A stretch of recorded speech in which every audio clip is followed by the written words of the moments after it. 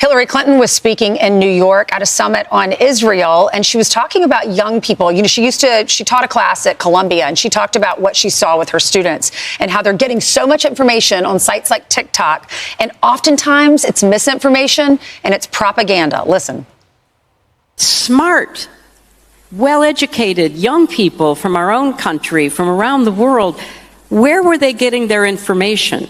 They were getting their information from social media, particularly TikTok. That is where they were learning about what happened on October 7th, what happened in the days, weeks, and months to follow. That's a serious problem. It's a serious problem for democracy, whether it's Israel or the United States, and it's a serious problem for our young people. They did not know history. They had very little context. And what they were being told on social media was not just one-sided, it was pure propaganda.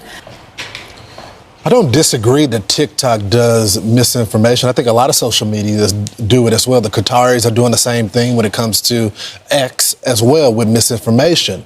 But she only addresses one part of the problem. Why not take on her colleagues and the professors and the teachers that are teaching them this nonsense as well? She doesn't talk about that. There's going to always be misinformation. I'm not saying we should accept it, but you need the fact leaders, the people that are the professors that's providing the next generation with the information to correct those wrongs. They're not doing that. Right. You would think that somebody's been out of office so long, not running for another, would call out her own party, but she never, ever does, and including the socialists. But it's such an important point she brought up, because she was there every step of the way. She was no ceremonial first lady. She was a co-president. And she saw how her husband's legacy was on the line, making Israel acquiesce to all these demands for the so-called Oslo Accords in 1993, only to have Yasser Arafat at the last minute go, oh, by the way, I'm not signing on to this. He said, what? He goes, yeah, I'll be killed the next day if I sign on to this.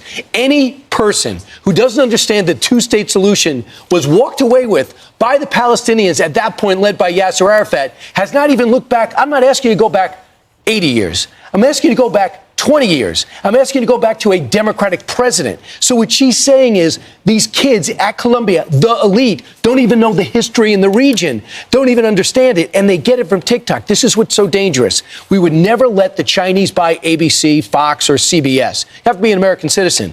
But we have allowed them to buy the #1 news service to the next generation. Do you know how much anti-Trump stuff is now on TikTok? A lot of it. He has worked. That's why his numbers are dropping with young people. In the beginning, when he went on there, it was somewhat positive, but now it's clearly negative. People should look at the White House account. It is all graffitied with negative stuff. So this is what we're allowing. We're allowing TikTok to be the #1 news service to our next generation. That's why they're so anti-Semitic. This is what they're reading every day. You know who said that? Van Jones. Van Jones said, scrolling through his social media, all they're seeing is negative pictures of dead Palestinians. They said you're being crass. But his point is you don't see anything from the Israeli perspective on the news feed, and that's what puts people in the streets while they're getting paid to do this. Right, she pointed out such an important point. Brian, you're right, but it's not just TikTok. You go to YouTube, you're going to see the same thing. You go to X, you're going to see the same thing. You go to Instagram, you're going to see the same thing. You can go to Facebook, you're going to see the same thing. It's all